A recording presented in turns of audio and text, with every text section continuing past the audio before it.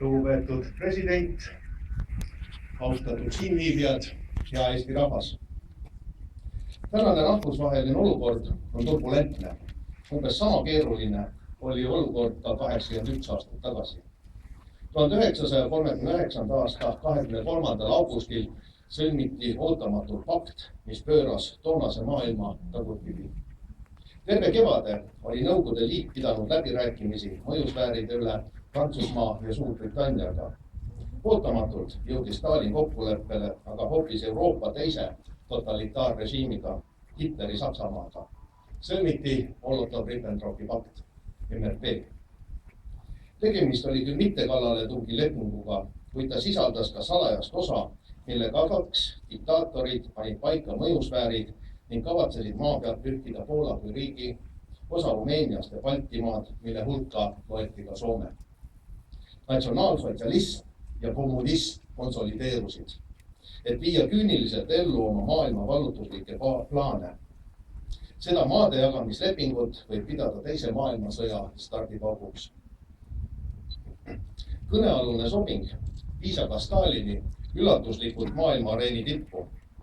Tema pilt kaunistas Ameerika ajakirja Time esikaant. Stalin kuulutati mittekallaletungi lepingu tõttu isegi aasta persooniks.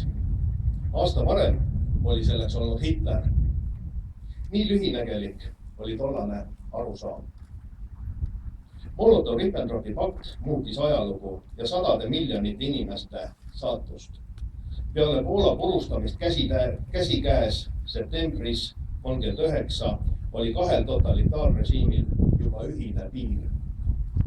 Hitler ja Stalin, kes küll kunagi otseselt ei kohtunud, seisid üksteise kõrval ligi 2 aastat.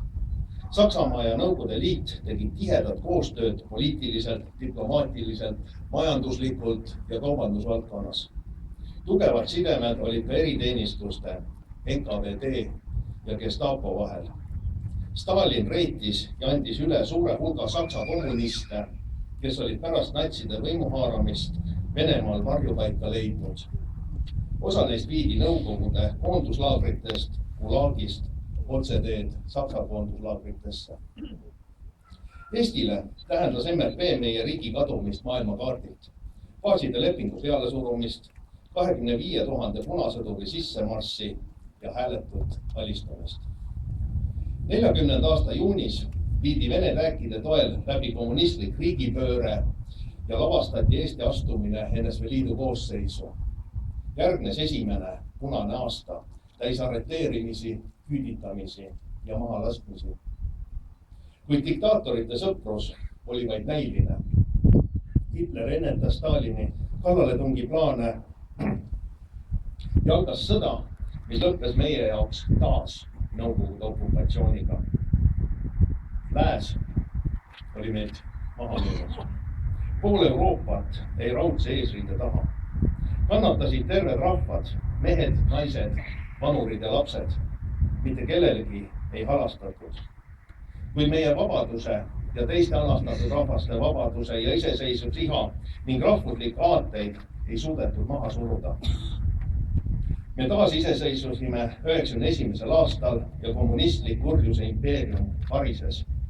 Seekord toetas meid kogu vaba maailm. Kuigi oli ka neid, kes soovitasid meil paati mitte kõigutada. Austatud kuulajad, sõjas kannatasid kõige rohkem maad ja rahvad Berliini ja Moskva vahelisel alal. Sageli küsitakse, kas 10 miljonid hukkunud inimesed olid Stalini või Hitleri ohvrid. Maailmas ei ole puudus neist, kes näevad kurjuse kehastusena vaid Hitlerit. Vastutus surmade ja inimelude hävitamise eest lasub aga mõlemal režiimil ja nende juhtidel, kusjuures kommunismi ohvreid oli tegelikult kordades rohkem. Tänane Venemaa jätkab stalinlikku laienemispoliitikat. Kremli imperiaalsed ambitsioonid ei ole mitte kuskile kadunud.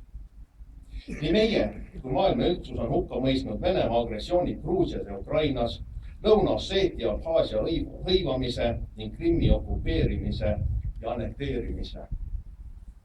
Kahjuks ei ole välistatud agressiooni võimalus ka diktatuurist vabaneda püüdva Valgevene rahva vastu. Arvestades ajaloo õppetunde, tuleb meil tähelepanelikult jälgida naaberriigi tegevust. Me oleme väike rahvas, me peame tegutsema targalt, et jääda ellu. Me peame panustama iseseisvasse kaitsevõimesse ja NATO liitlaste kohalolekusse. Ainult nii suudame me säilitada oma riiki, rahvast ja iseseisvust. Ma langetan pea kõigi MRP salasobingu ohvrite ees. Eesti ei alistu enam iial. Me ei ole enam üksi. Aitäh!